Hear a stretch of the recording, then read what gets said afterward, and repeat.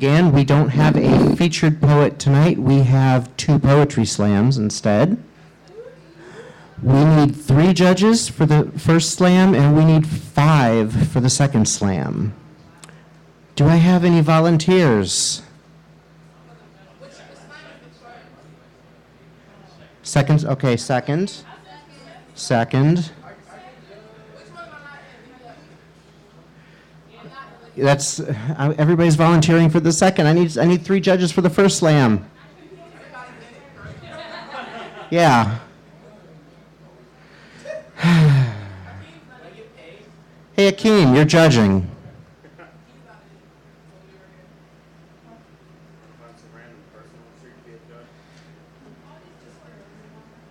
No, but you're in it. You're in it. You're in it. You're not in the second. I've got. I don't know, am I? You said he was trying to go for something. You just. Carla, are you competing for money or are you competing for IWPS spot? Whichever one you tell me to. Or you can compete in both. Do you need are you looking for a judge right now? I'm trying to find out if you're competing, because if you're competing, obviously you can't judge. But if you're not competing, I'm going to make you be a judge. I'm competing because I have every time she shows up I have. Okay, you're competing. You could be a judge. Ah. Okay, okay.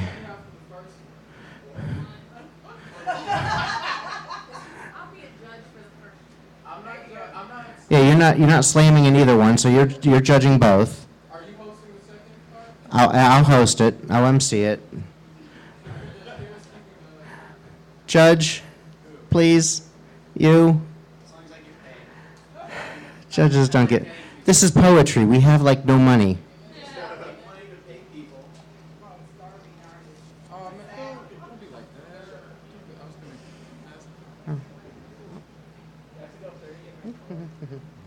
Of course, all this part is being recorded. We should have started the recording after all this. It's okay.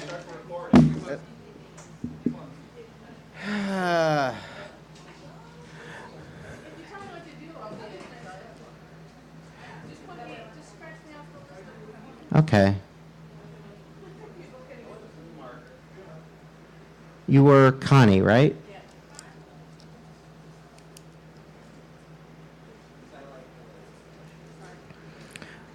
Okay. All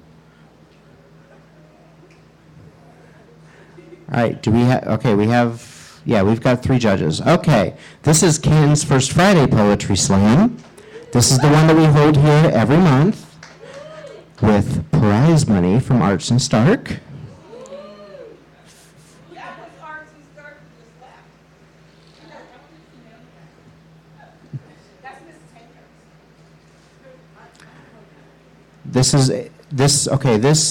These 2 slams we're having tonight have different rules.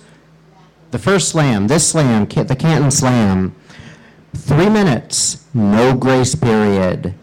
You lose a half point for every 15 seconds you go over. You go over 1 second, it's a half point, 14 seconds is a half point. You hit 16 seconds, that's a full point.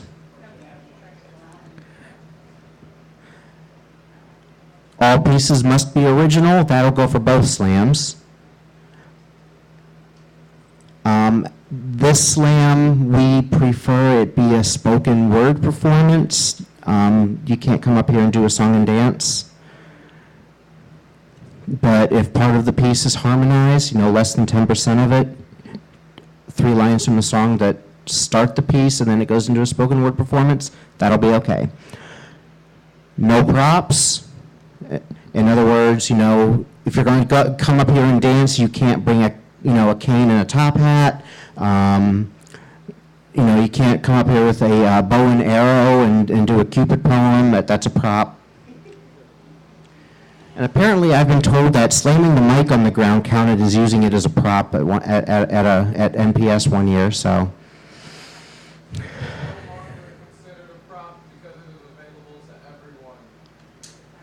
Ah, okay. But don't smash But the microphone Yeah, don't smash the mic. These things cost like $70 each, $100 for a good one. Yeah, don't smash our mics. Okay. There's one other rule I'm forgetting, but I'm You need to tell the judges how to judge. yes. Okay, judges. This is you give a number between 1 and 10. If you use a decimal point, please, only one decimal point. I'm a writer-editor, not a mathematician.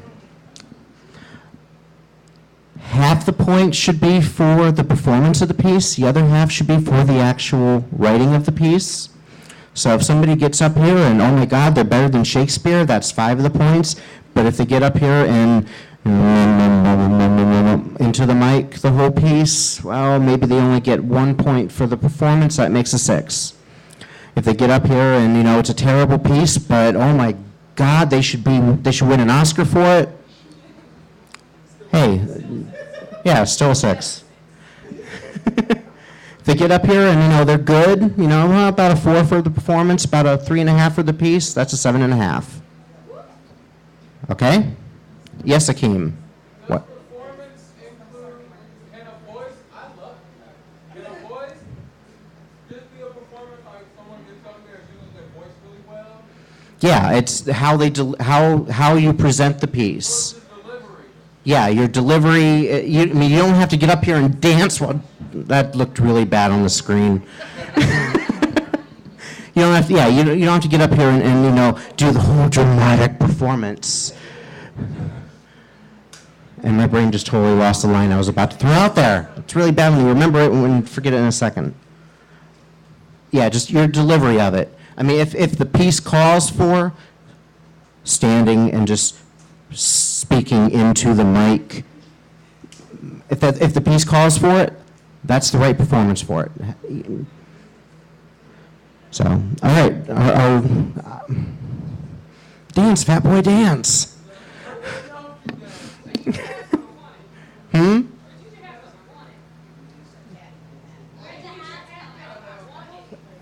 I've had this one for about 20 years. I bought it at the county fair one year.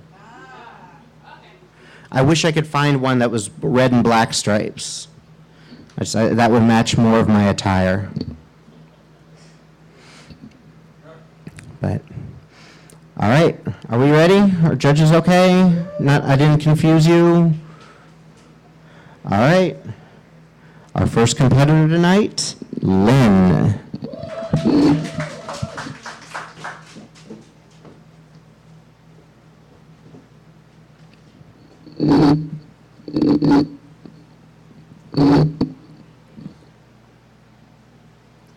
Today, 2 little legs of different lengths limped casually down the grassy hill into the water, and the girl in the flowered suit with tangled hair who owned them leapt onto a black raft, kicking her feet towards the sky, calling to her uncle.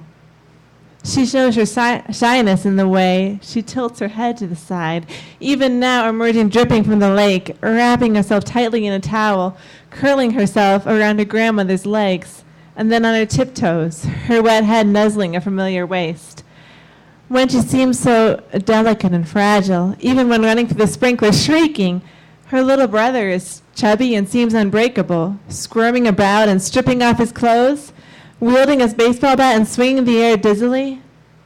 Anna, when you're old enough to know the words, we might speak the same language, though in different dialects.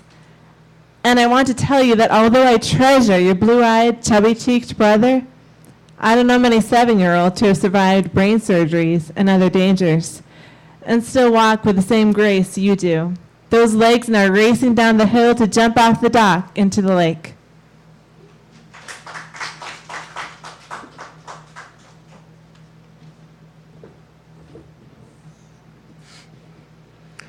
All right, judges. Just hold up the board with your score.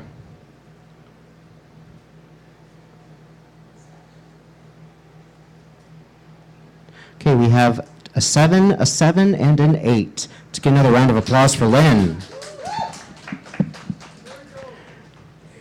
Can we use a decimal point? Yes, you can use a decimal point, only one place. I'm not a mathematician.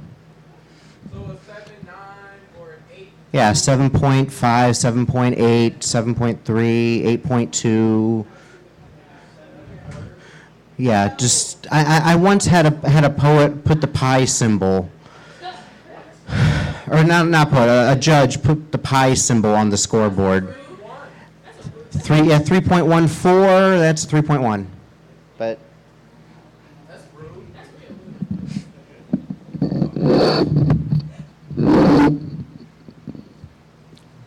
need to get a mic stand with a quick release.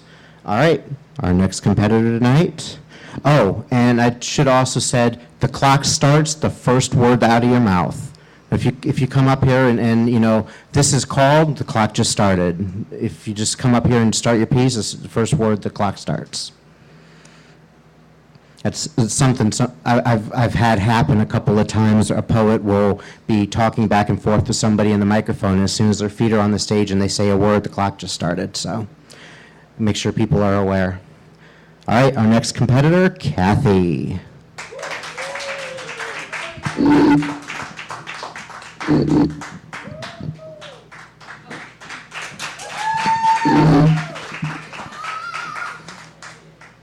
Size matters. Jugs, knockers, wazumis, whether you choose to call them by their proper name or not, breasts are by far the most important part of the female anatomy. From the time a girl is old enough to speak, she dreams about what it must be like to have men stare slack-jawed at her voluptuous breasts. As she plays with Barbie, admiring the chesty perfection achieved by Mattel, she imagines how it must feel to be a Baywatch babe with huge melons bursting forth from her chest. The day her mother tells her that she needs a training bra is a day no girl will ever forget, for that is the day she becomes a woman. On the contrary, it is a truly cheerless day when a blossoming young woman realizes she will not likely be well endowed. All hope is not lost, but if she ever hopes to garner any male attention, she must walk with the bounce and wear extraordinarily tight, low-cut blouses to compensate. If she is lucky, some charitable young man will see past her lack of cleavage and ask her out. She may have to develop a loose reputation in order to accomplish this, but that is certainly a better alternative to becoming a flat-chested old maid. Some naive people think that males ought not to be fixated on bosoms, but men cannot help it. They are naturally drawn towards large breasts. Boobs are like planets. The larger the planet, the greater the gravitational pull. Some scientists have stated that this has something to do with mating, that subconsciously men know that women who sport at least a D cup or better will be better equipped to nourish his offspring. Although this is a myth, it is true that while a woman is breastfeeding, her girls increase in size until the child is weaned. Then they shrivel up like raisins. This could explain why some women choose to engage in what is called extended breastfeeding. Once a man has chosen a wife, based of course on the size of her personality, one would be inclined to believe that he will love her no matter what nature does to her body.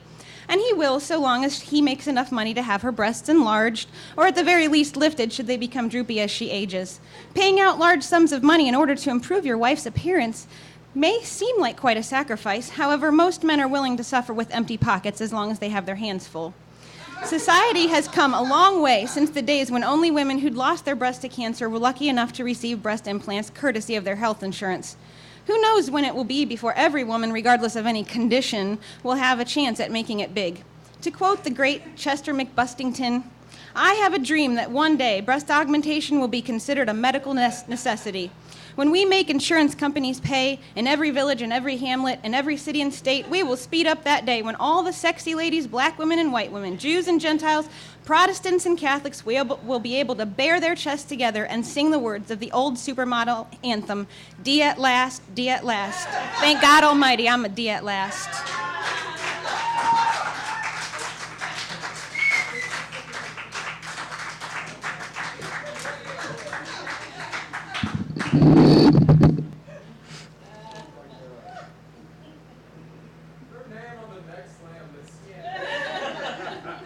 Okay.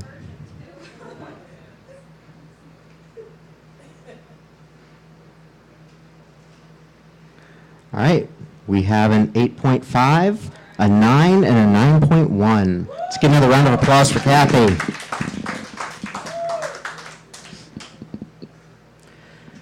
I'll just throw out there too, I spent 7 years with a girl with a 54 4D. they don't make up for crazy. Out of everything, that's probably the only thing I miss, but, well, 6.5, almost 7, but it's something I've had in the works for about 4 years.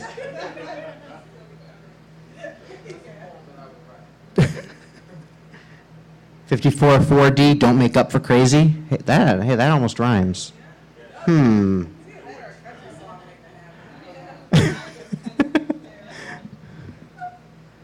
All right, our next competitor. Oh, our next competitor tonight, China's.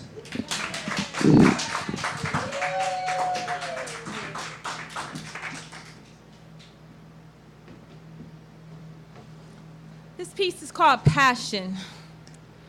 Purposely, I awake, ready to assassinate the sinful sexual intentions of nature. My flesh kept me awake all night, screaming to be fed more than empty thoughts and fruitless words.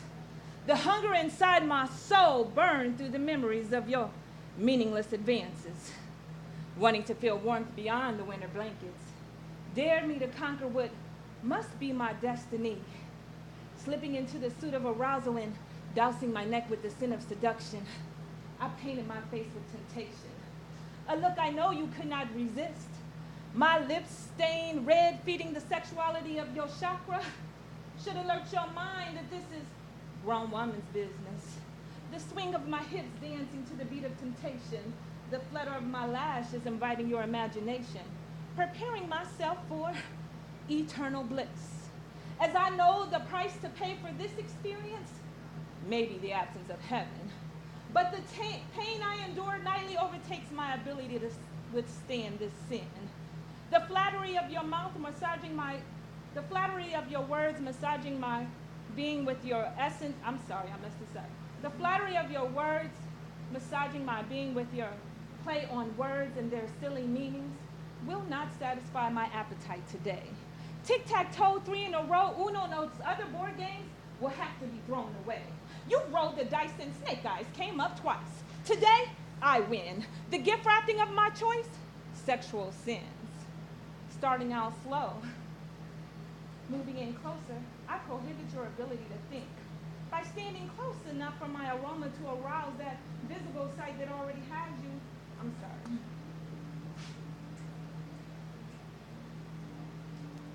The gift wrapping of my choice, sexual sins.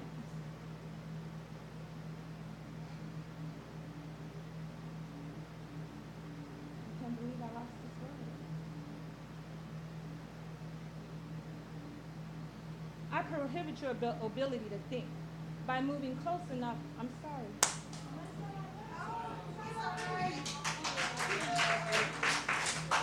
I'm sorry, I haven't finished the piece.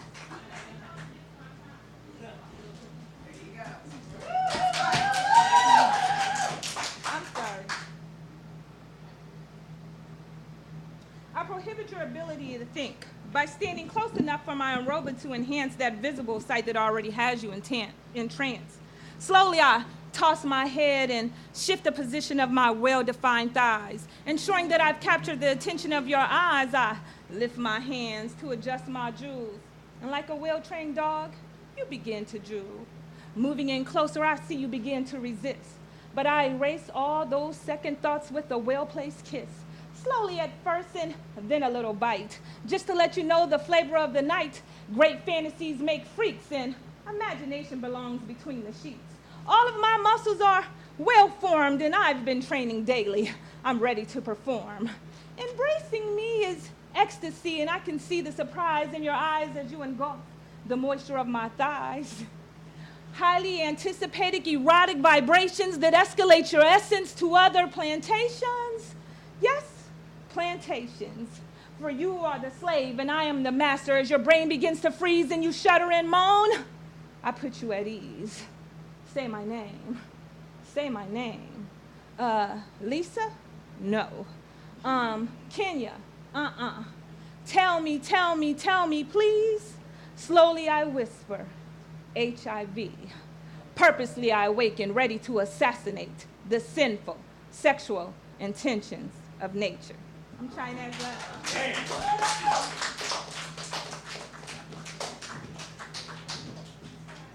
All right, judges.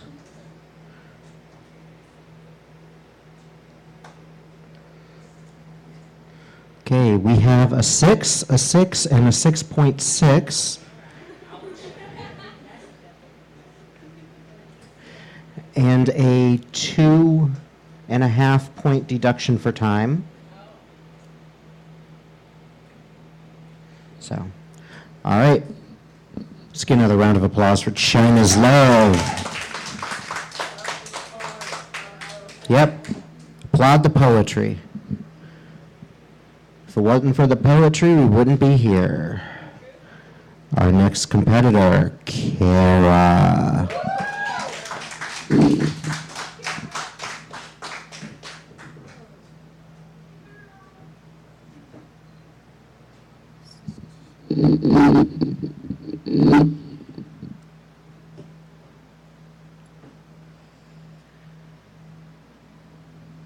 The cracks in the marble,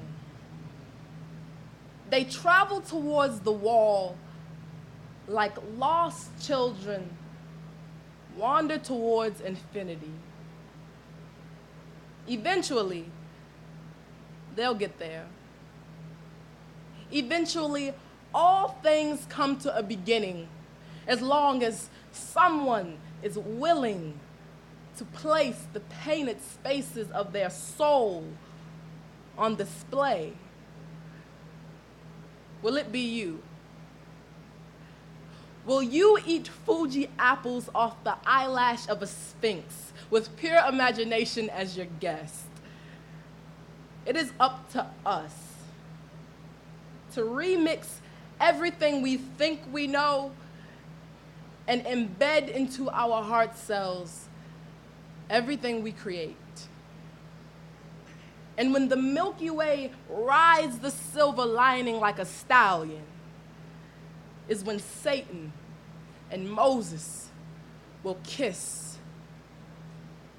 And the sound of their lips touching will cause an explosion in an atheist's chest. But his faith will keep him alive.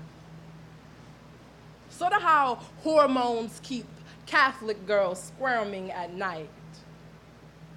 It is inevitable that all water will form to the vase it is put in.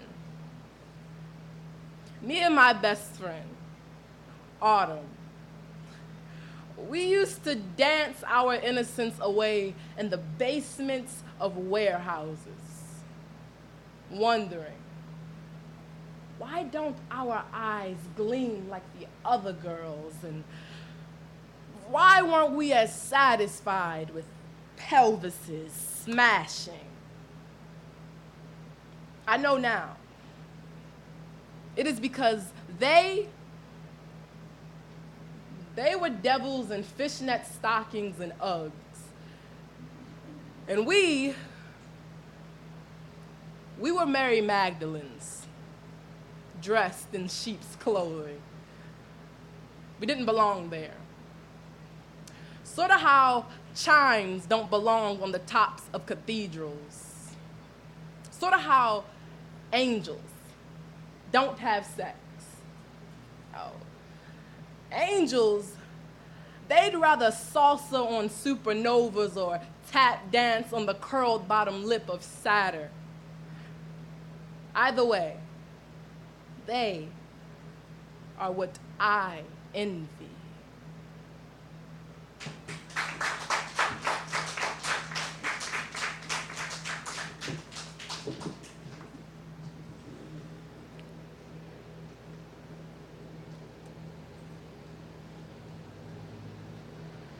All right, we have an 8.5, an 8.9, and a 9.5. Let's get another round of applause for Kara, who did go over on time by 2 seconds.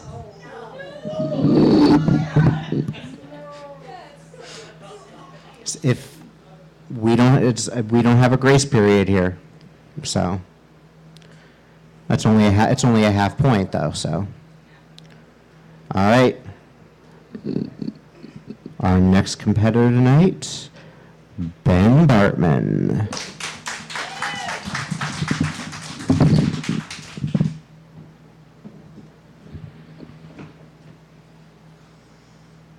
Can you feel it?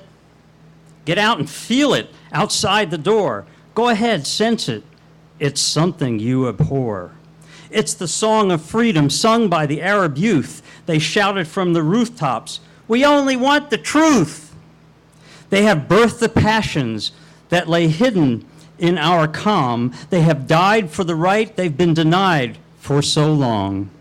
This is a magical place from which power seems to grow. It's a place that draws on all our strength.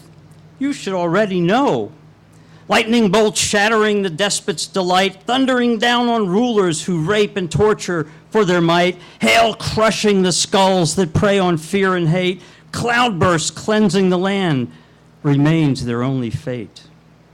The storm carries fresh ideas spread throughout the land, a giant flood that drowns repression, and in its place will stand a chance to speak and vote their choice. There'll be blossoms in the sand.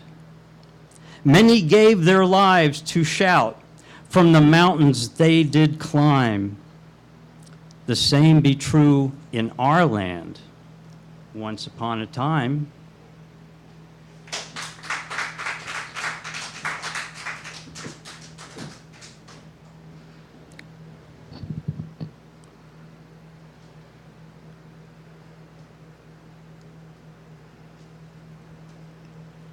All right, we have a 7.3, we have an 8, and an 8.5. So another round of applause for Ben. Our next competitor, Skylark.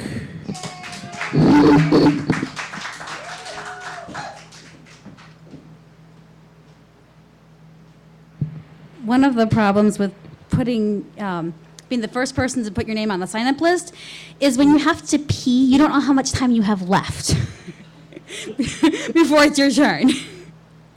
This is called the sham.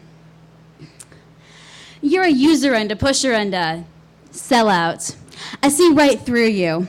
You've got nowhere to hide. You take good things and you twist them all around until the people riding on your coattails get drowned under a mountain of bullshit. You're a user and a pusher and a sellout. I can't tell if you ever disbelieve the lines you so carefully craft to pull in your next big catch. But my years spent cold calling have not been wasted. I hear your sales pitch and I raise you 3. You're a user and a pusher and a sellout. I used the nice girl next door hook to peddle the cock and bull malarkey, and I didn't even want to. But your approach is much more slick, polished salesman, and you like that world. I knew it as soon as you opened your mouth to convince me that the pig in a poke was a golden opportunity not to be passed up by one as savvy as I. You're a user and a pusher and a sellout. All the web spinning that you did about unswervable moral compasses and unflappable ethical codes was just butter on the rails of the sled you tried to put me on. Well, that's a ride into the pit of hell. You and I have nothing of value in common. Take your euchre and settlers, your tea with honey, and your oldest child stories. You're a user and a pusher and a sellout. I've got no better men.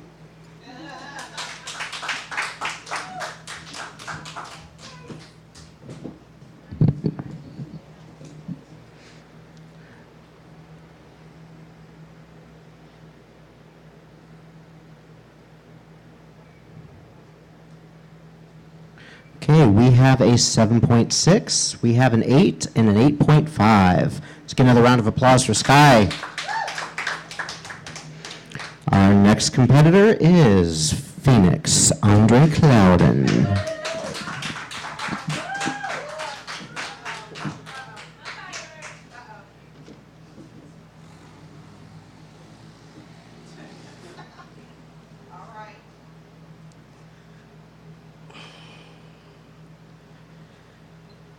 If God dealt us the hands we could live with, we'd probably have no reason to pray to him.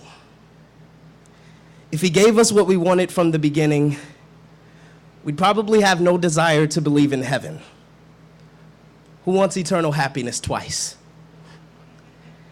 If God gave us the parents we deserved, my name would either be Prince or Blanket. But instead, I got you. My mother will spend the next 13 months of her life incarcerated for the crime of never learning her lesson. It will add to the 19 months of prison time she has already served. Add to that the amount of times lace-lined snow white powder, blood-scented syringes, and the dicks of young and old men took you away from me. Then you've been out of my life for almost 10 years now. And yet, I am too much like you. Wear your lies like guarded armor. Carry a Braxis on my back. How many shields have we put up to defend our vulnerability? How many hearts have we broken for our selfishness? How many people have we shared skin with? Peeled them off of us in the morning, showered our sins clean, and then let someone else take their place? How long did it take us to accept our sexuality? When fathers and aunts made us believe that if they screwed us, they could control us. And I didn't believe them, but you did. And how long, and there is no greater trauma than a child's torture, but how long do you carry it?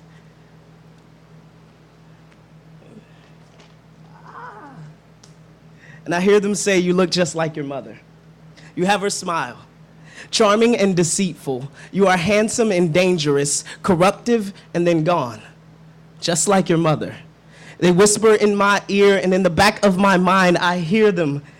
We know that if God dealt us the hands that we wanted, neither of us would have ended up with each other. And maybe you could believe in yourself, but relapse seems to be your coping mechanism. Falling back into the arms of strange men whose faces are either fathers or forgotten. You've escaped responsibility enough times there's no need for you to try anymore. Mom, when you get out of prison, you will swear you are a changed person. You will swear off drugs and men. You will swear to finally be a mother to me, just like every other time. You will repeat yourself and expect someone to listen. You will repeat yourself by committing the same crime of treating prison like a social network, release like a celebration instead of the realization of a second chance, rehab like a death sentence. And you will die under a starless sky with nothing for you to wish on. Your children will frown at the way you left without trying. Your family will hold empty tear ducts and cry when no one cares. I will take glances in the mirror and see you. Lodged in the crevices of my smile, I will try punching your dimples out of my cheeks, but I know I can't. You are still in me, a mother, by the purposes of birth and nothing more.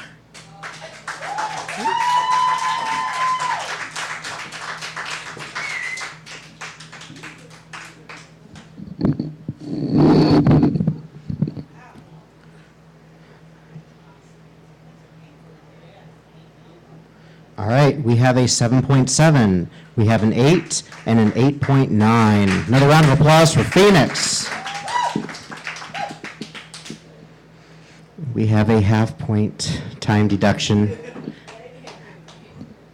309. All right, our next competitor is Julia.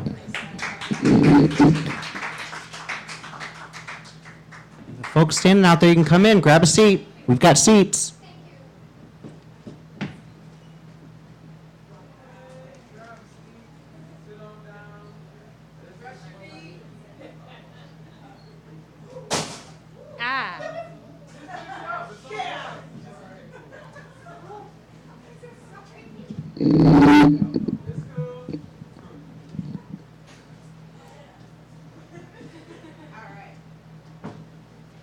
Sometimes.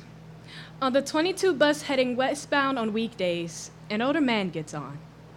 Never showing his pass, he takes his rightful seat behind the bus driver. The bus driver, who by now has seen enough faces worth forgetting, scanned more cards worth counting, always lets him on. The driver and I know the man has had his fair share of expired and too wrinkled to read passes that now he has earned his free rides. The old man does not walk fast. The cane that carries him bends in the middle, perhaps from too many years of supporting him. His hands never carry bags, only his face. I can tell by his sagging jowls he has bitten back too many secrets and has sacrificed a few heartbreaks on account of the truth. His eyes have years of night times under them. Stardust and cosmic combustion cake the corners. I always notice this man. Hunched body and twitching hands. I wonder where he goes each day. And though I would love to get up from my hiding spot in the back of the bus and ask him, I cannot. Muscles lock in my throat, deadbolting the words in my chest. My legs become marble and jello, and I couldn't find the will to ask him even if God commanded it. So I just watch him. He never seems to notice anyone. He just sits in his seat smiling, sucking on hard candy. Probably reliving the days when taking big bites out of little things was more fun than it was supposed to be. I wonder what stories his body knows. How many children and grandchildren has his hands swaddled? How many loved ones have occupied his arms until the wind or death took them away? I wonder how many of his friends he's outlived or how many pledges of together forever he intended on keeping. Sometimes, the man and I get off at the same stop. And though everyone else moves past him, giving him no more attention than they give the asphalt, I walk slowly behind him, hoping he'd give me some breadcrumb clue of his journey. In my head, I help him across the street or into a store, but I never get close enough. I'm afraid I'll disturb his day. So he keeps on in his direction, and I keep on in mine, knowing we'll bump into each other again. Then I realize, but as I go, letting him fade from the forefront of my thoughts, I realize he will die soon. Probably before I get the chance to tell them that he reminds me of my grandmother, who rode the buses with a quiet dignity and confidence that she'd get to her destination one way or the other. He will die. Maybe on a bus with hard candy and sweaty tissue clinging to his pockets and memories of a life gone past to keep him company. The next time I ride the 22 bus westbound on a weekday, I will sit close to the front. Wait for the older man, unlock dead-bolted doors, and tell the man I admire him. Explain that I really don't know why and hope he tells me of his journey. Hopefully, he will receive me like his grave-filmed eyes still thrive to receive sunlight and tell me all about his day. In quiet breaths, I hope his heart finds the space to welcome me in, even if it's small. I hope he finds the time and energy to tell me life lessons and fables and experiences. And if that's not possible, I hope that I will at least get the chance to offer my hand and help him off the bus or across the street. Make his journey a little bit more worth smiling about. And maybe, if he makes it to the next day, when he gets on the bus, he'll notice me before I notice him and say hello.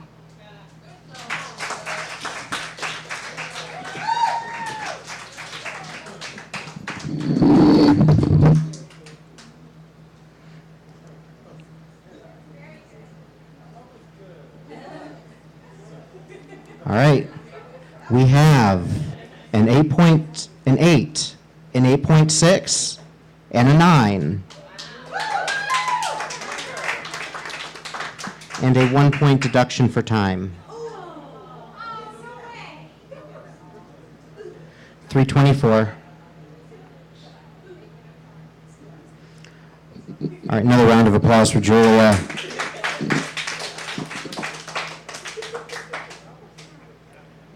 Our next competitor, a man called Plush.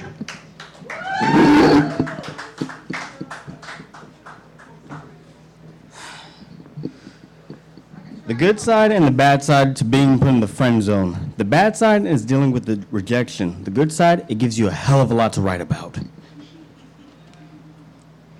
Here I go again, frozen with that feeling of dread. You're on my weary mind all the time. I try to tell myself, don't lose yourself, but the thought of you won't let me go, or maybe it's the other way around. Right now, my fantasy is all I really know. I've been here before and again. All that I've needed to say has been said. You hear my words, and yet you don't hear me at all. You tell me you're trying to detach yourself from this world. Can't say I blame you, considering all the hell you've been through. Why set up yourself up to be burned? So maybe you did do me a favor, letting my heart down easy. But that doesn't keep it from bleeding. I try to stay in control. I try my best, babe. But these empty arms still reach for something real to hold. I keep coaching myself that it's either this or the disappointment of always wanting more. Punishment, most are a glutton for it. Guess I'm something of a whore. You see me, you hear me, but don't feel me. Don't even really see me existing. Bitter anger and jealousy becomes me. Stop seducing me, baby. But I'll just ask you to start and do it all over again. Please just get the fuck out of my head. but there's nothing else to keep me fed. But I'm not feeling well. I can't feel, think, breathe, or be without the thought of you. I wish it was all a lie, but I know it's true. Damn.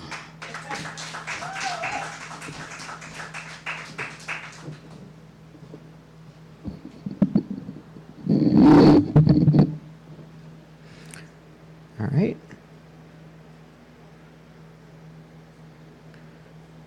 Okay, we have a 6.5, a 7.5, and an 8. Let's get another round of applause for a man called Plush.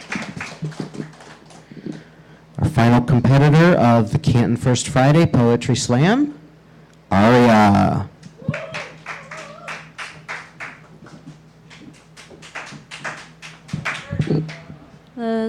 Planet Toxic Wasteland. You had such potential. The only known habitable planet. Brilliant minds, but you never saw this coming. I know the futuristic force of this world, not living or breathing, but hot, heavy machines. War is life every day. Rings of fire wrap around, sucking energy from the Earth's very core. This is the fucking world. Look what you've done. Has it really come to this? Your children have never touched soil, only solid concrete, never even seen the sun, only a hologram ceiling mimicking the sky, filtering out the same ultraviolet rays, never breathed the radiation-filled air without this permanent gas mask required just to survive. Because of you. This is your world. This is all they will ever know. Hot, heavy machines rusting for eternity, rings of fire and ultraviolet sun rays. This is what you've given them. You. Who pride yourself a great race. A race able to take the only known habitable environment and turn it into a toxic, barely surviving, living wasteland. Your red waters are full of acid. Your dirt is full of trash. Even your earth is beyond saving, and so are you. And your children. Damn, you're a master race. The master race that drove a planet to toxicity, destroyed the forest and the atmosphere, the dust and the rain, and the machines and ultraviolet rays with fire and rust. So now, there's nothing left but biohazardous butterflies and broken dreams.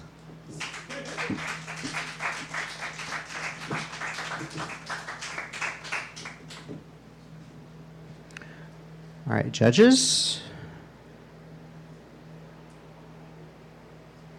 We have a 7, an 8.3, and a 9. Let's get another round of applause for Aria. And I was mistaken, we do have one more poet tonight for the Canton Slam. That's what happens when names get scratched off, and then, put me back on. And all right, Carla.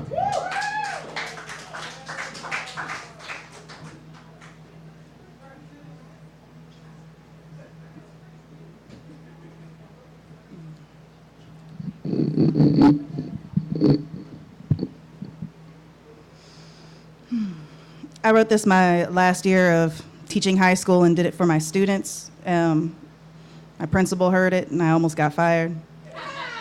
And so it's titled Letter of Resignation. I am tired of you. You with your dead red eyes, slow walk, and AWOL family members. I am full of the vomit you spew. Tales of frequent molestation and underage extra kindnesses shown to you by older men. Some known and grown to you. I hate your group homes, foster parents, and sorry-ass social workers that know less of you than I do after 50 minutes in a crowded room. I can't stand your uncles, your cousins, your brothers that got shot before your eyes while mama was out getting high behind your back. You think absurdly that I don't know you. Too old, too tired, too much a part of the weed that just could never really get you. You, despite the lack of willingness to pick one up, are textbook. A classic case scenario. White trash, urban youth, straight ghetto, I do see you. And I find you nauseatingly putrid. The odor of your eager ignorance has long stifled my screams, your personal horror story no longer terrifying or significant because it's just so damn common. So please, go ahead. Tell me off. Prove you a for real nigga by failing my class. Show me you a grown-ass woman by flashing that ass. I'll be behind my desk choking on all the stale high hopes I had for you and your now stunted growth. I wouldn't be so sick if you didn't embrace your depleted condition with open arms and a lover's kiss, pleading, please, don't take my disease from me. You are too angry to forgive and too afraid to succeed in me. I'm only tired of trying. So you, stereotype trailer park cracker, you, round-the-clock hood sister, you need to hurry on up and die, nigga, so the rest of us can say a prayer and move on.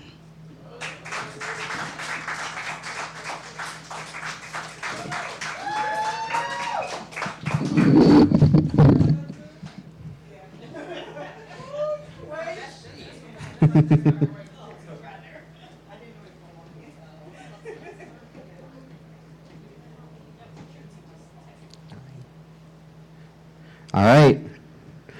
We have an 8.9. We have a 9, and we have a 9.1. Another round of applause for Carla.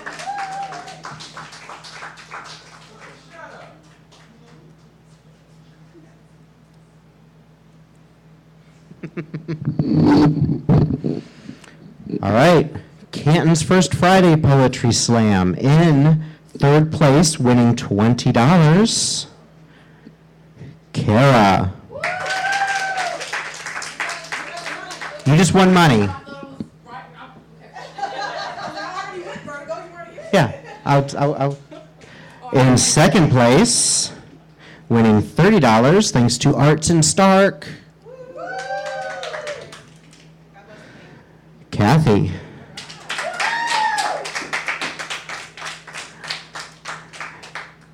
And I know I'm not seeing score creep here, but our winner, ladies and gentlemen, Carla.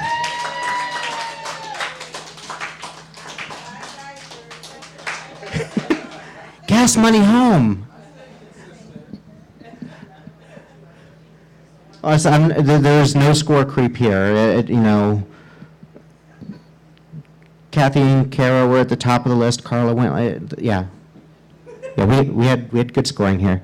Okay, now, Lake Effect Poetry Slam. Akeem, get up here and do the announcements, explain everything while I do some paperwork stuff.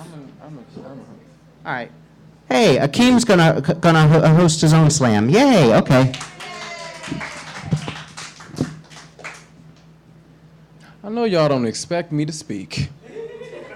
When y'all sitting there, staring at me, with your legs crossed, half-ass clapping, y'all better give me some energy up here. Clap. Clap like I'm your mama. Clap like I'm your little brother and this is my first time speaking ever. Clap like I'm your husband risen from the dead to say, baby, I love you one more time. Come on, give me some energy.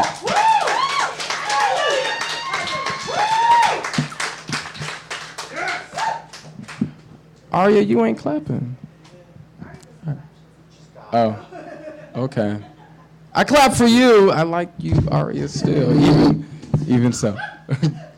All right. I only point you out because I like you. All right. So, what Lake Effect Poetry is and what we do. Lake Effect Poetry is the name of the official poetry slam for Northeast Ohio. We are based in Cleveland, but I have a car, therefore Lake Effect travels. Like Lake Effect weather, oh, double entendre, ooh, see how I flipped that? Anyway, what it is, what we do for Slam, Poetry Incorporated, Poetry Slam Incorporated is what we are a part of. There are 3 events. IWIPS, which will be in Cleveland, October 12th through the 15th. It's the International World Poetry Slam, IWPS, IWIPS. That's where individuals from all around the world, I mean big poets who will charge $10,000 to speak at a college, are going to be there competing like anybody else. And some of them don't make final stage. So it's a great competition. It's a great place to go to meet people who are really good at their craft.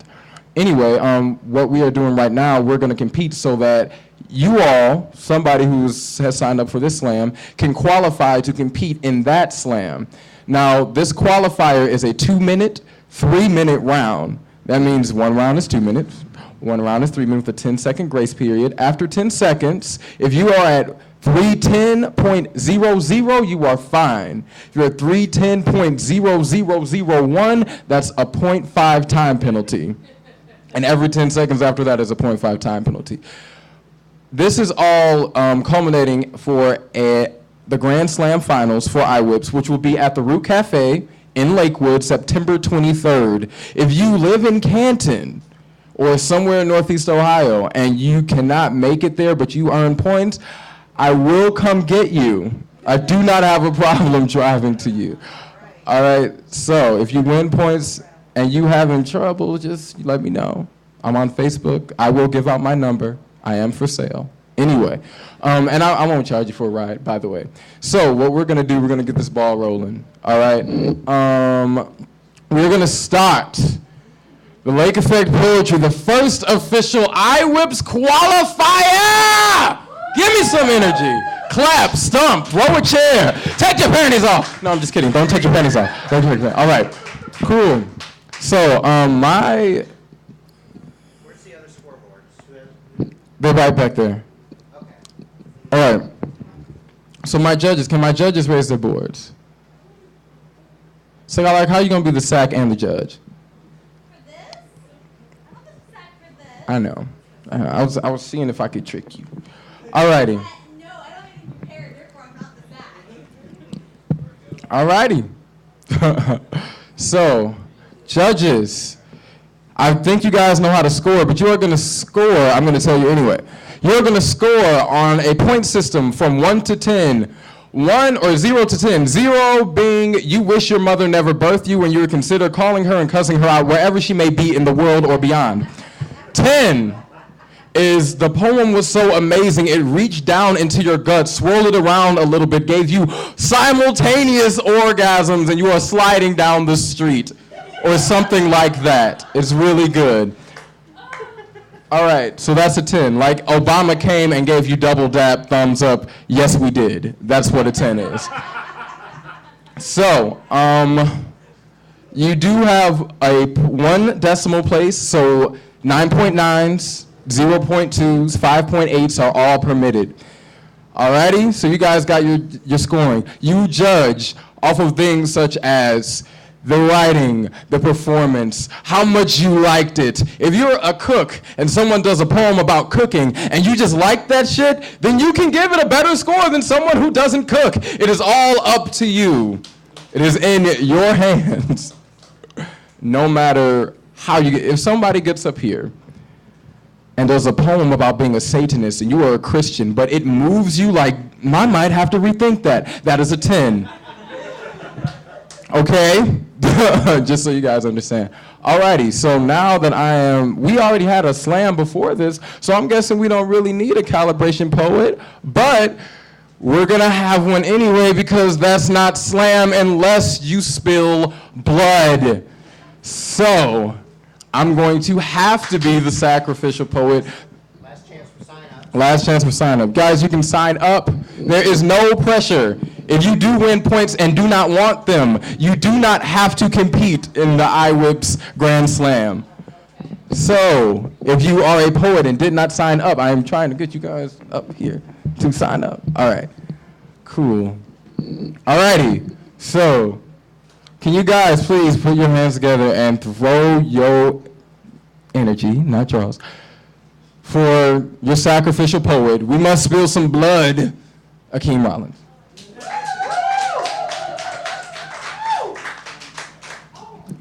The first round is 2 minutes, the second round is 3 minutes. All right. Timekeeper, scorekeeper? And you judge? You got the judges? Okay, good. Timekeeper? You gonna keep my score too? I can write my score down. I can write that down.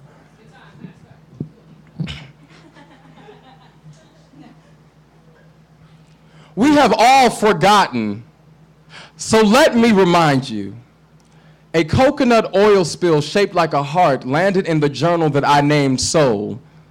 2 things a capitalist business will never have, soul and heart. 1 thing they will always take, oil from a tropical place. BP businessmen are bored racist. trying to dye everything black so they can hate it. Negated watercolors clone colored people in southern states with stormy weather. Take a Fortune 500 paintbrush, paint fire on the ocean. Isn't that ironic, Alanis Morissette? Atlantis more or less. I wonder if the oil spill is really the cadavers of dead Haitians rising from their graves, mimicking New Orleans corpses, a pork roast in a blue business suit, screaming, "I just want my life back." Tony Black would have been too solid, too symbolic. Pars, birdies, bogeys, golf, the only sport you win in negative numerals are water, is still the color of funerals, y'all. BP proved one thing, that you can indeed drown a fish. Get up for your sacrificial poet! All right, I'm gonna need your scores. Judges, this is score practice.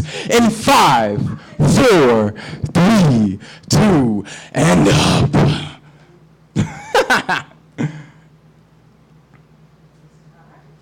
All right, from low to high, hold them up high, keep them up. We have an 8. Let the judges know how you feel. Clap it or stump it or no. Clap, yeah, we have an 8. We have an 8.7, an 8.8, an 8.8, and a 9.2. Give it up for the poet, not the points. That is so weird saying give it up for me. All righty. So, Vertigo, may I have my list? My lovely assistant, Vertigo Xavier. May I have my list, please?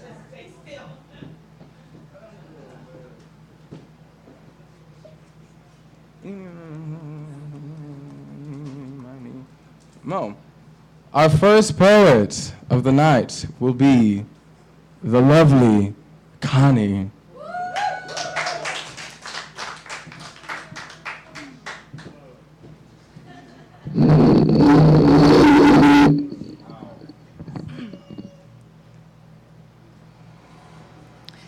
A blanket of blah droops over a do-nothing Saturday, but that kid, she's shining there, plunked in the beanbag chair, toes furrowed in her plum shag carpet, chomping on some bubble yum, Elton John crocodile rockin' in her ear, grinning. It could be she's a little loopy after the preemptive zit strike, Noxema intoxication, sea breeze sniffing. No, this high is more than that. It's adolescent alchemy. She's turned her peach fudge legs to nectarines.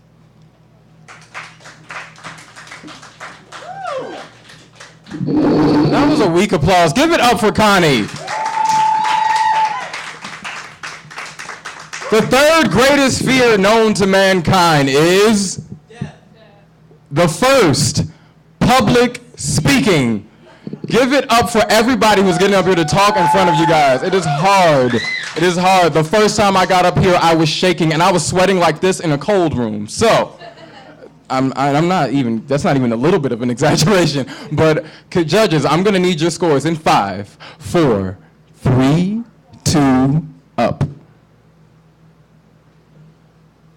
From low to high, we have a 6.3. Judges, audience, let them know how you feel.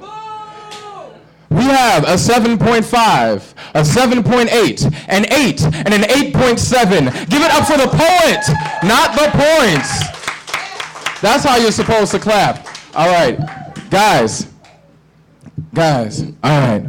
Now we're gonna practice this just a titch. If, let's say your child gets up here and they do a poem and you thought it was the loveliest thing and you put it on the refrigerator and someone gives them a 2, what are you going to do to that score? Boo! I'm gonna hunt your mother down and kick her in the shins. That sort of thing. Don't heckle the judges who are. Do not follow anyone. It's all just a fun game that we play as poets. If they give your little Tommy a 9.9, what are you gonna do? Here we go. Come on, guys. We're only gonna have as much fun as you want to have. It's like college. Make the dean's list or be asked to politely leave. All right. No, I won't ask you guys to leave. No, I'm kidding. All right. Or both, you're really good. Or both. You're really good. Vertigo, may I have the score for the sacrificial poet? I'm just doing the math right now. Give me 1 second. All righty. So I'm an editor, not a mathematician. Oh, okay. So, We're just gonna wait for Vertigo to do the math, and I'm gonna call up the next poet.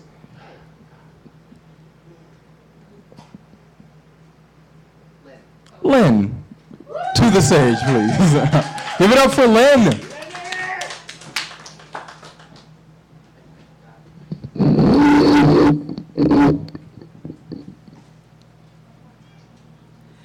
For my best friend from high school, home from prison. I taste you to find you have lost your flavor. Once tikka masala, now you taste of hominy crumbled without the grit. Where is your spice? In grief I bow over you and recite a hominy homily, but it, empty, floats away and slips the slats of stained glass fences. The congregation yawns and picks its nose, watching earth reluctantly revolve.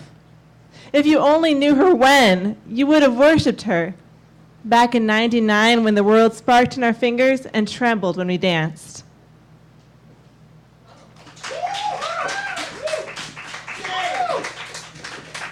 Give it up for Lynn. The score for the sacrificial poet was a 26.3. That guy sucks. Give it up for the poet, I guess. Not the points. Alrighty. May I have the scores for Lynn, please? In 5, 4, 3, 2, up. From low to high, we have a 6. We have a 7.5, a 7.7, an 8.5, and an 8.5. You guys are great. Cool. Let's give it up for the poet, not the points. All right. See, what you guys don't understand is that I think I might want to be a math teacher. So, as terrible as I am at adding this stuff right now, yeah. No, I'm actually really good. I'm good. I know that I am. All right. Can I have your scores one more time, too? Okay.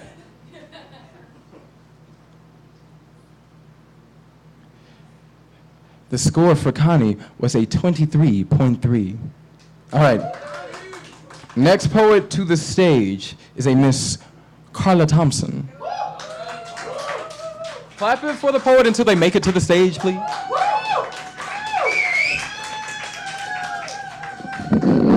Yes!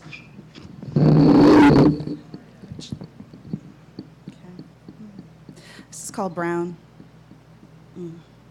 Do you remember my other brown friends, Mommy? My then 4-year-old asked me, and I stopped, flinching, unknowingly. Well, of course I do, but if they were brown, what color are you? No hesitation in response, I am white and you are light brown, Mommy. And suddenly a straw that I never knew to be the last is tossed upon my back.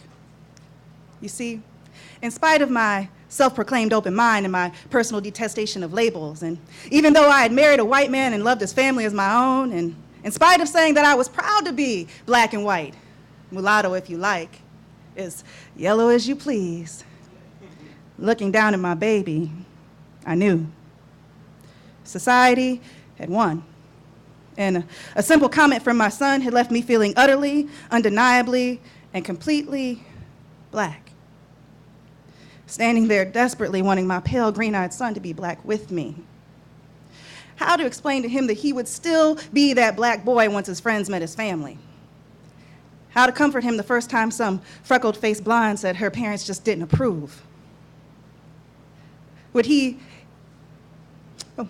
How to convey my hopes that he would someday marry in a way as to darken up the family, or my fears that he would eventually try to pass. Would he even get the irony that long-gone whites themselves had proclaimed the dominance of black blood when they wrote their 1/16th rule, just one drop? And you could be a Negro too. One comment from my son, and I am an indignant, self-righteous, screaming prophet of racial inequity, and then there's Mommy tugging at my shirt and pulling at my sleeve. I said, do you remember? Yes, I do. And he is right. His friends were brown, and I am light. And he is, in the eyes of most, white. But it is okay, because I know that we are all still black. So I go ahead and put the speech back, and I stop before the start of the preaching, praying, and platitudes, and I grab my son and tickle, crystal laughter ringing clear, coochie cooing in his ear. You are my honey caramel light brown sugar baby. And I kiss him, just as sweet as he is.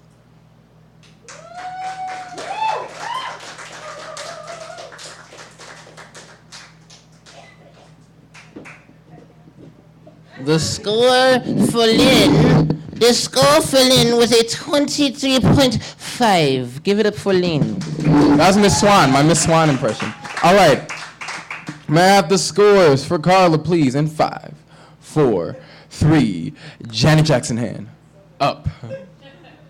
From low to high, we have an 8. We have an 8. Yay, no, yeah. We have an 8.5. We have a 9. We have a 9 and a 9.5. Woo! 8. Alrighty. So, our next poet of the night. Keep your energy going, keep clapping for Phoenix Andre Clouden.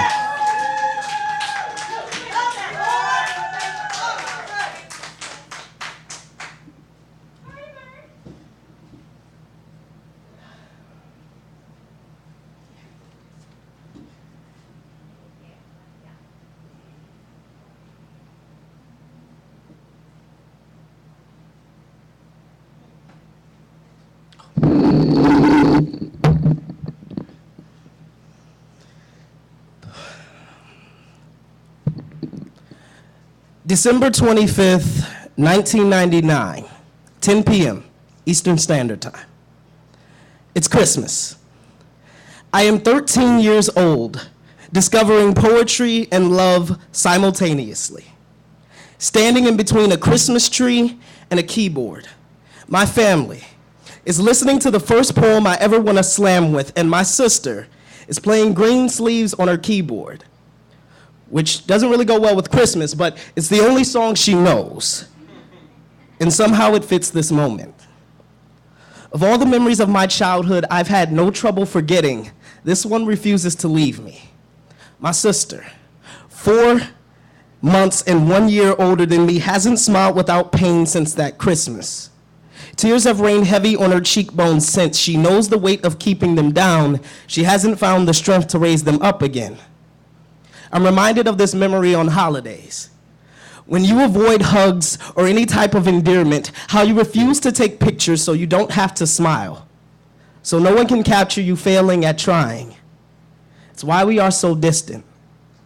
Why you avoid eye contact with everyone. It's why I always remembered Christmas, 1999, me spinning a poem I could never win a slam with now, you on keyboard playing Green Sleeves like it was the only song worth knowing, our grandmother struggling to catch all the words while trying her best to hide the pride in her tears, so somewhere between family and Christmas trees is where I keep you.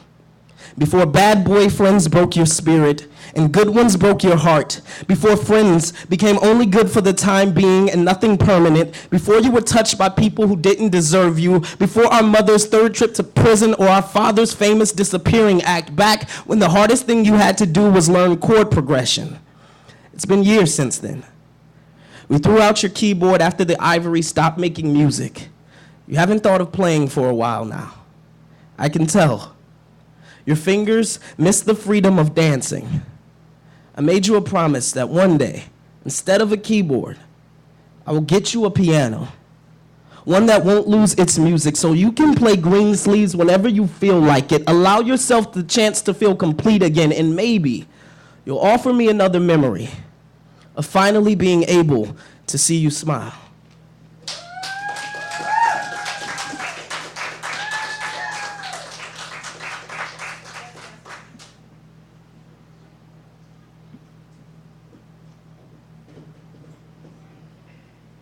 Yes, official timekeeper. Alrighty. So the score, the original score for Carla Thompson was a 26.5, but after a 2-point time penalty, boo the time, say, screw you time, you rat bastard. You ruin everything. Yes, that is what we say at nationals, and it is fun. All right, Carla's score is a 24.5. Give it up for the poet, not the points. All right, judges, 5, 4, 3, 2, up. We have the low score of an 8.3.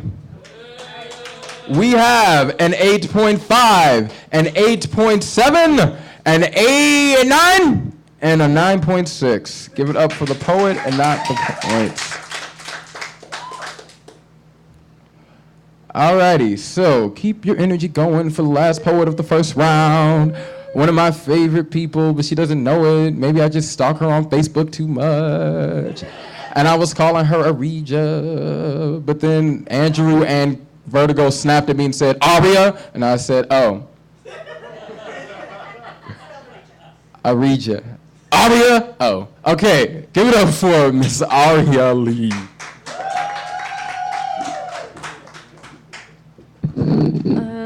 This is called Rib Cage Full of Wings. I caught a butterfly in my hands. Through caged fingers, I could see its beauty trapped. Within my hands, though, I held life, and although just a tiny insect, I held a heartbeat. I held beauty, I held life. And upon these thoughts, I let my hands open and I set it free, and I watched it abandon me, alone in my white dress in a garden of flowers, waiting for something new to happen. I watched and I wondered what it was like to be so free. I knew if I had wings, I would abandon me. I would fly far away and watch myself fade into a tiny speck upon the ground. I would soar to the sky and reach for the sun. I would be beautiful. I would have a heartbeat. And I would hold my own life. But alas, like the butterfly, within those caged fingers, my wings lie cocooned within my rib cage, and I remain in a societal cage, unable to dream or breathe on my own, suppressed by men who do the thinking for me because I am a woman. But one day I will break these bonds and let my wings free, and like the butterfly, I shall reach towards the sky and the sun, and I will hold my own life. I will be free.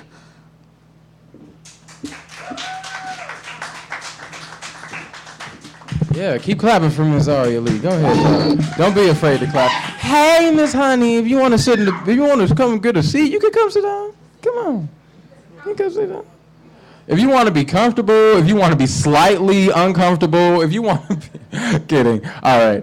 So, the original score for the previous poet Phoenix was a 26.2, but after a 1.5 time penalty, his score is a 24.7. Give it up for the poet, not the points. Can I get the scores for Miss Aria Lee in 5, 4, 3, 2, 1. Up. From low to high, we have an 8.3. That was so bad. We have an 8.3. We have an 8.8. An 8.9. Please keep your scores up until I write them down because it's hard to announce and write at the same time. Can you please just hold the scores up, please? We have an 8.3, an 8.8, an 8.9, a 9, and a 9.5. Give it up for the poet. Hold. If you put that down, I will kill your life. Give it up for the poet. And not the poet. Aria's score is a 26.7. Give it up for the poet and not the points, please. Aria, all right. So this is how the second round is going to go. There is a 3-minute time limit for this round, okay? Y'all listening? All right, 3-minute time limit. The highest scoring poet from the first round is going to go first. And then it is going to go in descending order. So, the order for the second round will be Aria, Carla, Phoenix, Lynn, and Connie. Y'all got that? Y'all got that? Y'all with me? All right. So, yeah, I know. I got really excited. All right. Guys, we have the 3-minute round. Spill some blood. So I'm going to give you guys about 30 seconds to take in the whole poems, the whole round from before. 30 seconds, breathe in, breathe out, get some water while I get a poem.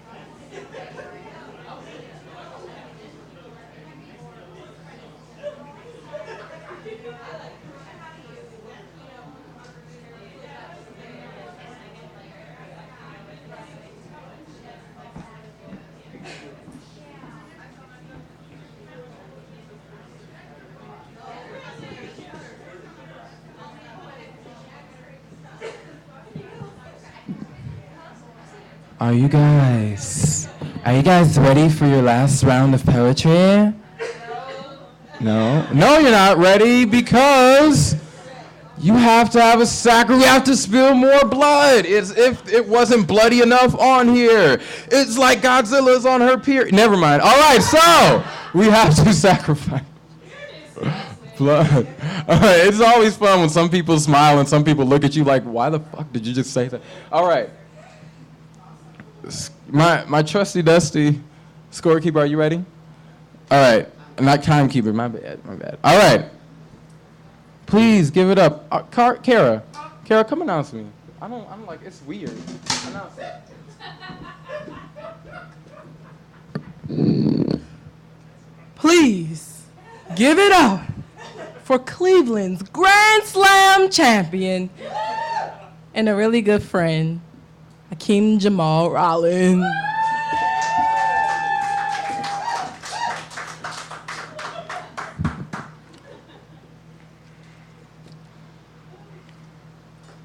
This is my unapologetic God poem. A friend of mine asks, how can you truly be free when you take the religion of your oppressors? There are times when truth crawls its way into the mouth of a liar. When stolen from is a thief, and by some twist of the universe's skirt, his belongings are returned. There are times when God does not raise his hand during roll call and shout, "Present!" If he is late, give him a T for tardy. How can you be free if you accept the religion of your oppressors? Be free while bad things happen to people, no matter what side of God they sit on, no matter what side of the world they are on, no matter what color is on them. There's a funny thing about truth, a queen once told me. It, unlike lies, does not need believers to be real, to exist, to function correctly. A lie with no believers is hot air floating to the cold ceiling of space. My God, it is funny how it can all be ignored, but you still function correctly. You do not have to believe in what I do. I do, because I do. I know mine to be love, compassion, virtue, faith, belief in a toddler's ability to love her classmates unconditionally the first time. Believe in the transformative powers of Optimus Prime. Megatron, you Decepticon man. Love like a rainbow on its back. Show compassion like a man who cares for a stranger he witnessed fall with the pit of his stomach down a flight of stone stairs. Borrow Mary's virtue. It is yours now. It is all one. Believe, believe, believe in mantras. Tell your wounds that they can heal. Nurse them back to health yourself. Believe in love, compassion, virtue, faith. The world is not God's fault nor Satan's credit. We did this. Rebuild, renew, rebel. We are love, compassion, virtue, faith. It is all one. God is here. God is inside your lungs. God may not raise hand and shout present when you call out to, but never, never mark it tardy. God is in you. It's the 14 muscles it takes to smile. It's the edge of your favorite song. It's in your oppressors, butchers, bakers, candlestick makers, freelance seamstresses, birds on fire. It is all one. Circles don't begin or end, they just are. How can you take the religion of your oppressors? How can you breathe the same air as them, walk like them, make love like them? We are all only as free as the most oppressed and as oppressed as the most free. All mountains are just valleys on their stomachs with their skies filled in. It is all one. Fire is just air living to death. It is all one. It is all one. It is all one. Ubuntu means I am human because you are human. Nothing and everything belongs to all of us at the same time.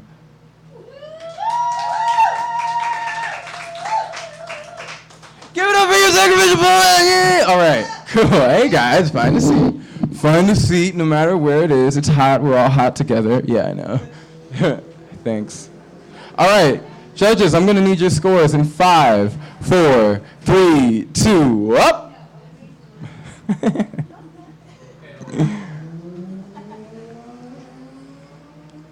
We have the low score of an 8.7, an 8.9. Please keep your scores up until I read all of them. A 9.4, a 9.5, and a 9.6. Think about how toned you guys' arms are going to be after I get done adding all of them. Okay, give it up for the poet and not the points.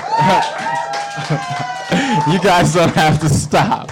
Stop. Okay, stop. I mean, go on. Oh, no, okay.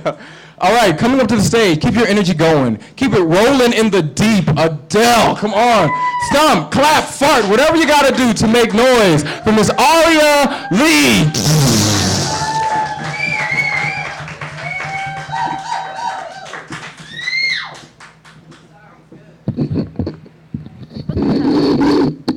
Okay. White dress. I walked up to him and I asked him if he liked my dress. Did it make me look pretty? Did I look like all the other girls? Would that make me beautiful? If I painted my face to look like them? Could you love me? If I was anybody but me? Would you see me? Do you?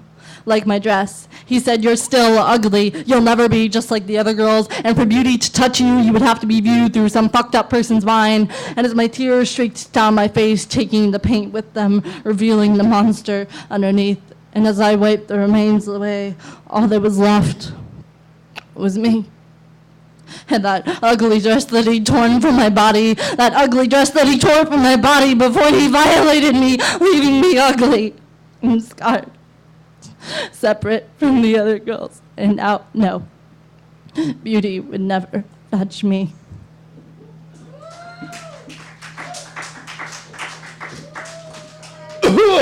Yes, all right. Yeah, I love you. You guys, yeah. The score for your sacrificial poet was a. Wait, what was the time for that piece? You didn't ever. Just over a minute. Just my piece? So your piece? Yeah. 2:58. Okay. Yeah. All right.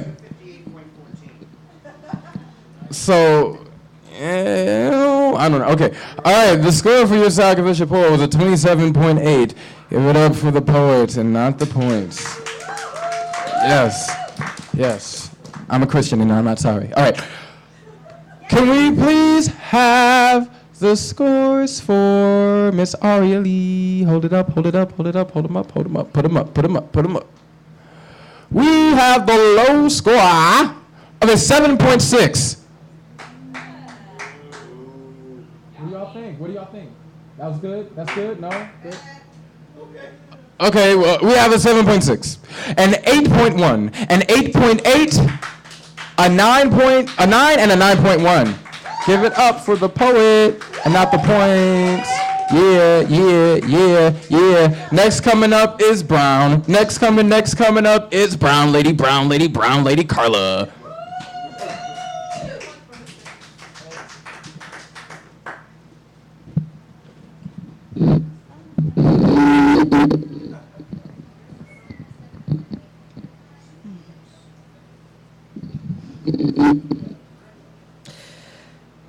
I have this theory that we are all expressions of one mind, of the universe, tiny flickers in the flame of this collective consciousness.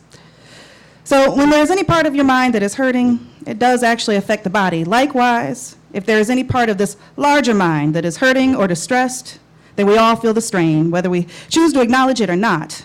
But be aware, when you actively ignore, the pain will eventually radiate, creating other outlets, leaking into our dreams, our moods, our news, our art. It stains the corners of our individual minds, and in time, there's blood on the walls, there's dirt on the floors, creating a depression requiring prescriptions, payments for therapeutic admissions, and most of us can't truly explain or even pronounce what we are crying for. And most of us can't truly explain or even pronounce what people are dying for. We say we fight against terrorism, although they weren't terrorizing us. We say freedom, although they weren't the ones taking that from us. We say the American way, but who on the Hill realizes the foresight of our forefathers? Your freedom of speech, religion, press, right to privacy, to knowledge are officially fucking compromised, floating away on a spin tide, carefully keeping you focused on lies so elections aren't about who's been chosen to die, but making sure those fags can't marry each other. Spinning until the American way is dizzily on its way out the door and there is still blood on the walls and dirt on the floors of these prisons of peace. And we're okay with that. They keep it far from us in sound bites and snapshots, ticker tape news floating across the bottom of the screen. Tiny news equals tiny meaning equals tiny importance in our grand scheme, and we are okay with that.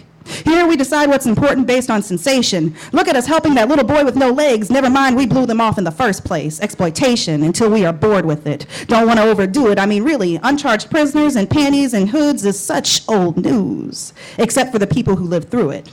But come on, get over it, because we are okay with that. Here, we lay around in acronym oblivion. Hand the kid with an iPod his PS3 while we all roll around in our SUVs. I don't care about the future. It's too far from me, and we have actually been okay with that. I think there is irony in the wording, and the wording is diseased. See, before 9/11, there was a desert storm. Kitschy catchphrases make it communal. Now we can buy a round, toss it back with the shot, and forget it with our hangovers in the morning, but it's there. Right there, that war on terror, because here we believe that we, the America, doesn't torture. Hell, this isn't even your war. We are at war with a concept, but hey, you don't terrorize. You were never a terrorist. You didn't force him to roll around naked in his own waste, did you? You didn't hold him underwater by his wrist until there was only darkness, did you? No, not you. See, no, hear, no, speak, no, but it's still fucking evil. Thank God you don't torture. This is not your war, but damn if it isn't tucked in the back of your brain, laying on the back of your skull, safe there behind all your other personal shame. Unfortunately, it's bigger than that.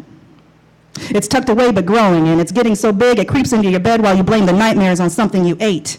I heard a steady diet of bullshit can do that to you. And there's blood on the walls spreading over dirt-covered floors, staining the artistic landscape. Sing a song and move on. Lucky us, we have our art. It's the easiest way to express it so the viewer and the doer can appreciate it from a distance. So it's on the movie screen now, and it's in paintings now. They wrote songs about it now, and it makes for smashing TV, and Lord help me, even poetry. But it's not enough just to sit here now. It's not enough to pay for your movie ticket or read about it now. Now you have to decide what to do. Now you are obligated to learn the truth. Now you must become a real part of this world around you. You must speak and move, because this isn't a song anymore. This isn't poetry anymore. This isn't a movie anymore. This is life.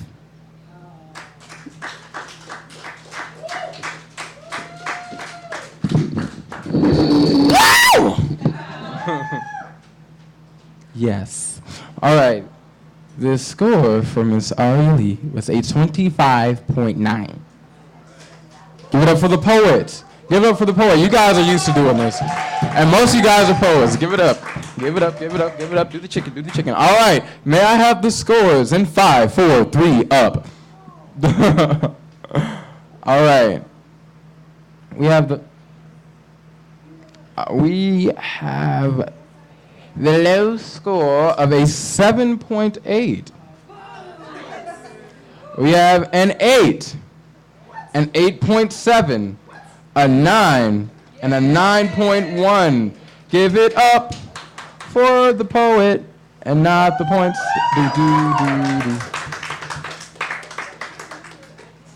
All right. Carla's original score was a 25.7, but after a 2-point time penalty, her score is a 23.7.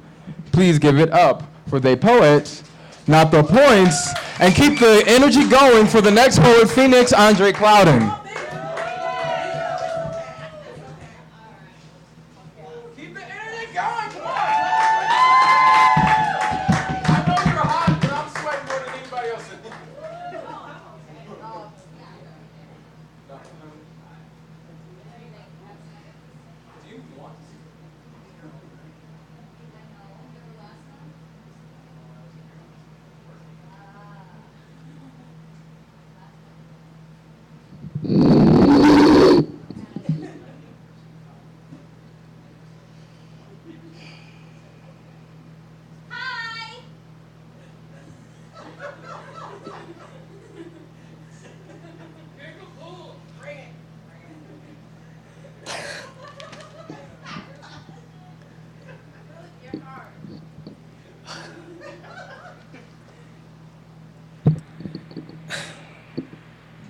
For the members of Congress trying to redefine rape,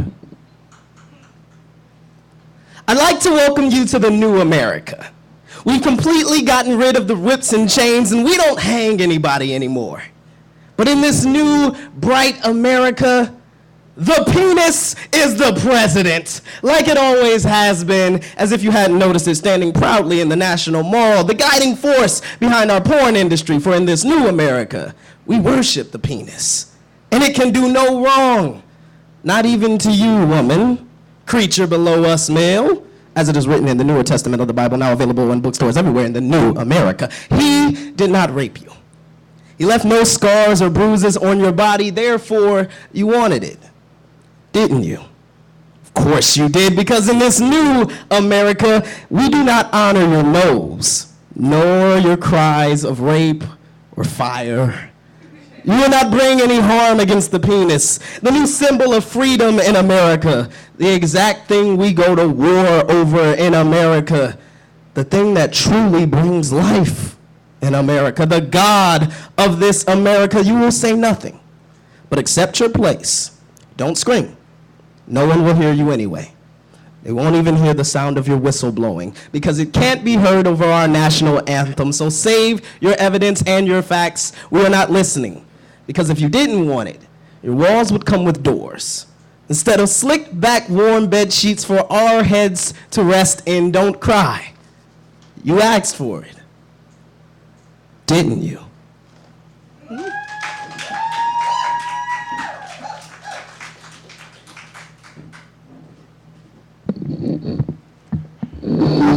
Give it up for the poet while the judges get their scores together. Get them up in 5, 4, 3. I see you contemplating, and up. Scores, please.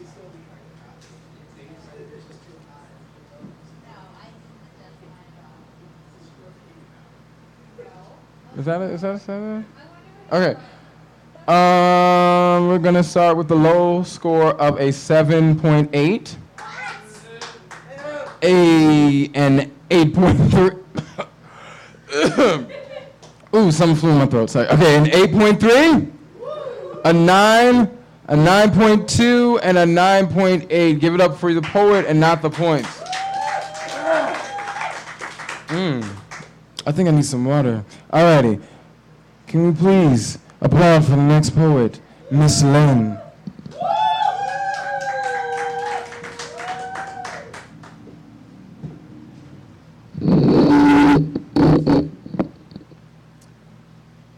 Thinking of the many, many times I've been embarrassed to say I'm only a nurse's aide, and then realizing that caring for people is never too small.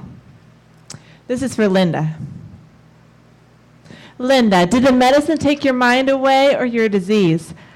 I remember your coming and your gratefulness. You were so thankful for us, all of us, that from your lips flowed waterfalls of praise. It was hard for me to ignore your oozing bloody sores. Your bloody hand always itching them, stuffing subs and chocolate donuts into your lips with those blood-stained fingertips I couldn't ever seem to clean. Linda, I'm sorry, despite your gentle words. It was hard for me to look on you with love, but then a few days passed, and you began to heal, and I began to see the gentle spirit beyond your flesh, no longer buried under layers of skin. But then your mind seemed to fade away. Was it the medicine, Linda? Was it the parade of nursing homes who told you you were hopeless? And my coworkers who looked on you with disgust? The coworker who called you a thing, not a person? Was that it? Or did you just give up? Was the pain too much? Did your husband encourage you when he visited? Or did his eyes fill with the same disgust or pity as ours? You would lie in your own filth, and I would come in and scold you for not telling me. I wanted you to be clean. You looked at me glassy-eyed, and I didn't know if you were speechless from shame or drugged. I wanted you clean, but your mind faded away, though your wounds had begun to heal. I wanted you clean, but the illnesses that were ravaging your body remained on their firm course, and the blood in your throat from those bloody donuts infected you too. I feared you were leaving and wasn't surprised to hear when you were gone, though it seemed too fast, and you were far too young. No, what disturbed me was the nurse with the acrid voice who told us the gossip when we walked in the door. Stanky's gone, she kept announcing, laughing at her nickname for you. No, you're Linda. I won't call you by your last name and make you a case study. I won't call you insults. I'll remember you, Linda, a sweet and gentle spirit seeking help in desperation and tears, though it was much too late.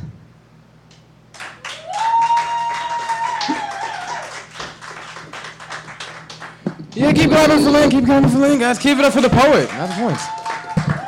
All right, judges, I'm going to ask for your scores in a second, but the score for Mr. Phoenix, Andre Cloughton, is a 26.5. Poet, not the points. The poet, not the points.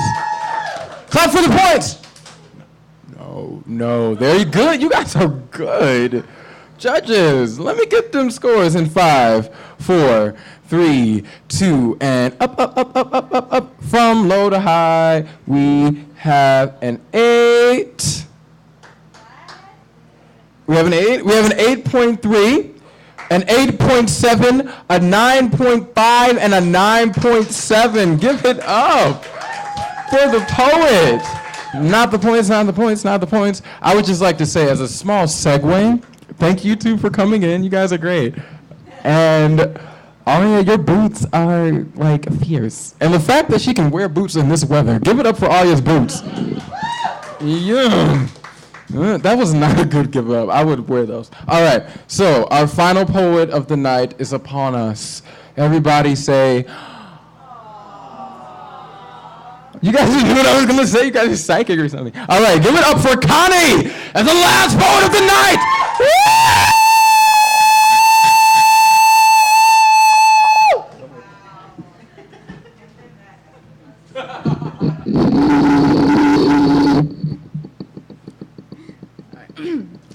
This is called A Skirmish on the Border Between Entropy and Order. Some posit life is better when it's simple, straight, and neat, not risky, messy, vague, or enigmatic. I'd just as soon have weeds among the wheat. In pursuit of perfect lawns to line our perfect streets, bugs and slugs are terrible, erratic. For the killed, it isn't better when it's simple, straight, and neat. I'd rather have the spice, the char, the bitter, and the sweet than standard, bland, and canned and automatic. I think that weeds are herbs among the wheat. Paint by numbers, grids, and always balance sheets. Control, constrict, all rigid, bureaucratic. I'm AWOL from the army of the simple, straight, and neat. I'd rather take a dive with thick cement around my feet than live in black and white, monochromatic. I need the colored weeds among my wheat. Occam's razor, simply put, is simply a deceit. The complexities of truth aren't problematic. Bad logic's not redeemed when it's reduced to straight and neat. And who can tell what is a weed and what is wheat?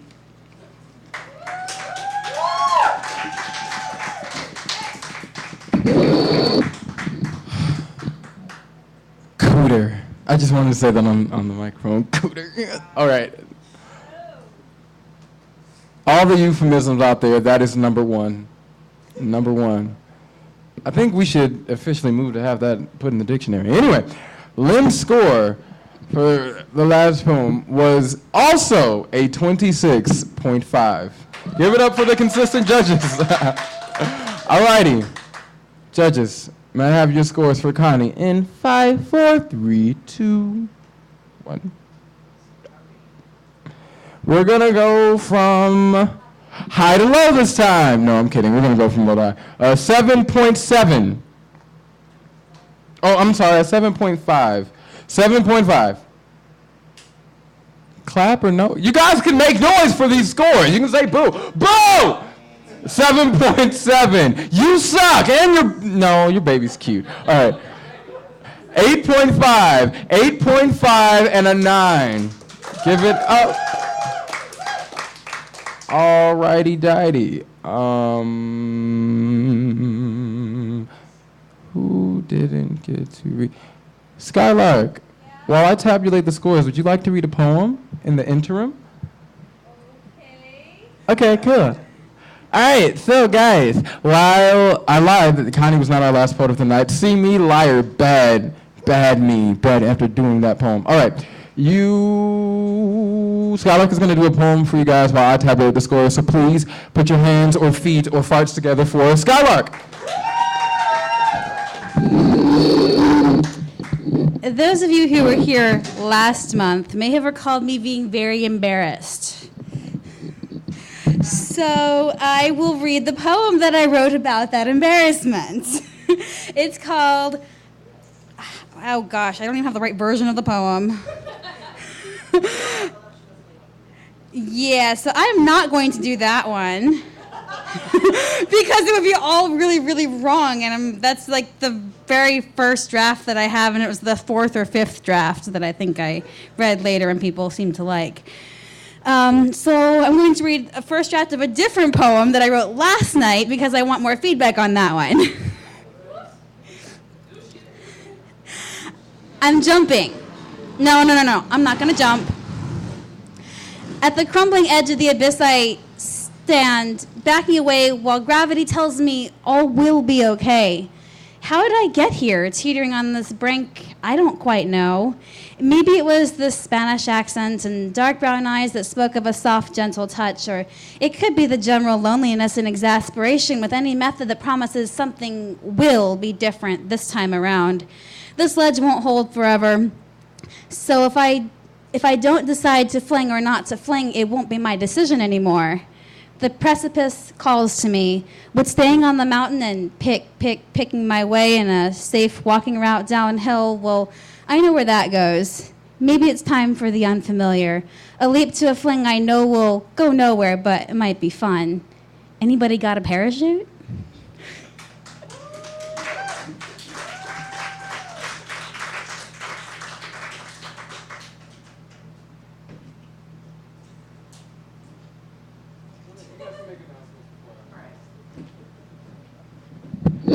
All right, I guess we'll do announcements before Akeem does announces the final scores. There will be no Saturday Night with the Poets Haven events the next 2 months. But that's for good reason. The Poets Haven will be at Ingenuity Fest the 3rd weekend this September. That's in 2 weeks. We will have a booth, which might be a misleading term. It'll be 30 foot wide by 18 foot deep. We're going to have a little mini bookstore. We'll be selling poetry chapbooks, poetry CDs, maybe even a few music CDs from local artists, local writers, and most importantly, local presses, including Poets Haven, of course. We will have poets doing readings and signings every hour during the entire time of the festival, Friday and Saturday, at the Poets Haven booth. Then Sunday, we will be booking poets the entire day at the coffee house stage. I shouldn't say the entire day. Up until the last hour, the final hour of the festival, at 4 o'clock to 5 o'clock, there will be another Lake Effect Poetry Slam qualifier. I don't know. I don't know off the top of my head where their other qualifiers will be, but their finals will be at the Root Cafe on the 23rd. It's in Lakewood. It's just a short drive off the highway.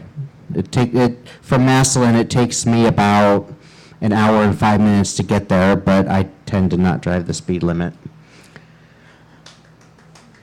Okay, October, we won't have a Saturday Night with the Poets Haven event either.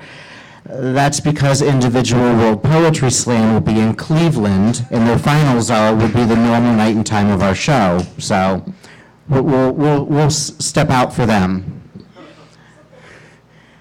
Yeah, it's one show I would not want to be competing with, and besides the fact that I want to be there. Okay. Canton's First Friday Poetry Spectacular. We'll have featured poets resuming again next month. I can't announce who yet. I haven't confirmed whether he's doing October or November. We will also be doing featured poets here via Skype in the months ahead, so that we can have featured poets, world-renowned poets from all over, everywhere. Yeah, the poet that I'm waiting to hear back from right now will be reading from Atlanta, Georgia. I've got a couple poets on the West Coast that I'm talking to. There's a poet in Seattle that I want to get. So. Atlanta, Georgia is also my baby dad.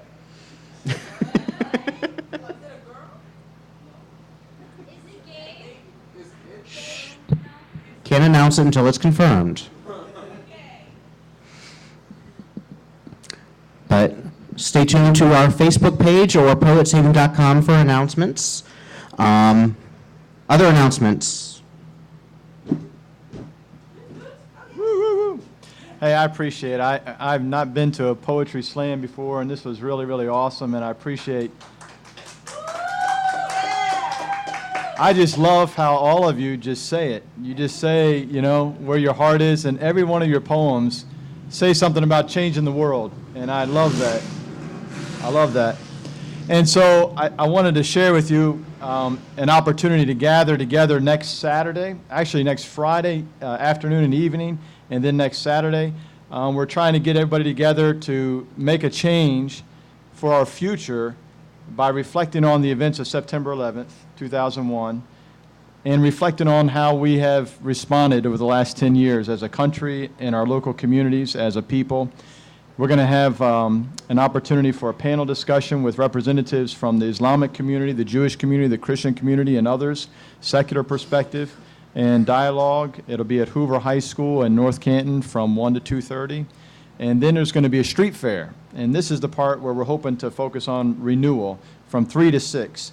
And there's going to be art on the streets, there's going to be food, there's going to be representatives from all different parts of the community and religious backgrounds, so we can try to learn to understand one another better, respect one another better. We can express ourselves and have conversation about a better world tomorrow. But there's also going to be dance. So I don't know, all of you obviously love poetry, but how many of you like to express yourself with dance? Good, good, good. So I got some flyers here. I really appreciate you giving me a chance to make an announcement. I don't know if you ever heard of the not Alvin Ailey. You've probably heard of Alvin Ailey dancer. But Liz Learman Dance Company is in D.C., and 2 of their dancers are coming to do a workshop next Friday afternoon and evening. And then on Saturday, during the street fair, it's going to be kind of an improv. This isn't ballet. This is more, I think, akin to kind of poetry slam, because it's more improv and expression from your body to try to come together and make a change, make a difference. So I'm really, really excited about it. And I've just got, these are the last ones I've got left, and I'm going to leave them here and pass them out. Help us get the word out, and I hope you can come. Call the number if you need more information. My name's Steve Costello, and my wife, Kara, has really done a lot to organize this. And we're working with Coming Together Stark County and a number of other organizations. And, you know, we're just hoping that we wouldn't let the 10th anniversary of September 11th come and go without us trying to do something a little bit more creative and envisioning a better tomorrow. So, and I think poets, you guys know what we're talking about. So thanks.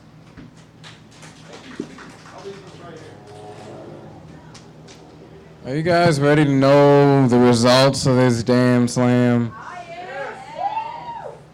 Are you really? You guys seem so beautiful. All right, without further ado, because I know you guys are tired. All right. Coming in 5th place with a 48 even, Connie. Coming in 4th place, earning 1 point toward qualifying for the iWhips Grand Slam Finals with a 48.2, Carla Thompson. Coming in 3rd, earning 2 points toward qualifying for the finals, Lynn, with a 50 even. In 2nd place, earning 3 points toward the finals at the Root Cafe, is Phoenix Clouden with a 51.2. There's one forward left. She has a 52.6. Guess who it is? Arya won the slam with a 52.6, earning 4 points toward going to the individual World Poetry Slam qualifier, Grand Slam Finals for Lake Effect Poetry. Thank you guys. You've been a wonderful audience. Poets, just so you know, we are safe spaces for each other, love each other, fellowship, talk, and really please build the community, because that's what we are desperately trying to do in Northeast Ohio. Thank you guys. You all are wonderful. Your words have touched me. Good night. Stop touching me there. Thank you.